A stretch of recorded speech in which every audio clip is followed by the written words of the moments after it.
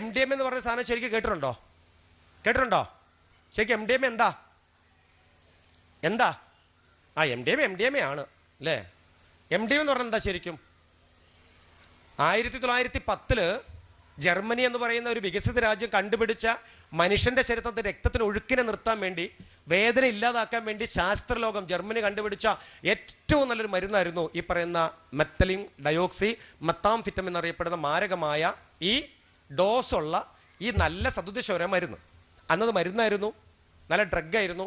എന്നാൽ 1910 ഈ സാധനം ജർമ്മനി കണ്ടുപിടിച്ചു. 1940-50കളിൽ യൂറോപ്യൻ കൺട്രികൾ മുഴുവനും, ചെക്കോസ്ലോവാക്യ, ഹംഗറി, സ്വീഡൻ, ഡെൻമാർക്ക് പോലുള്ള രാജ്യങ്ങളെല്ലാം ഇതിനെ കെമിക്കലി സിന്തസൈസ് ചെയ്തു.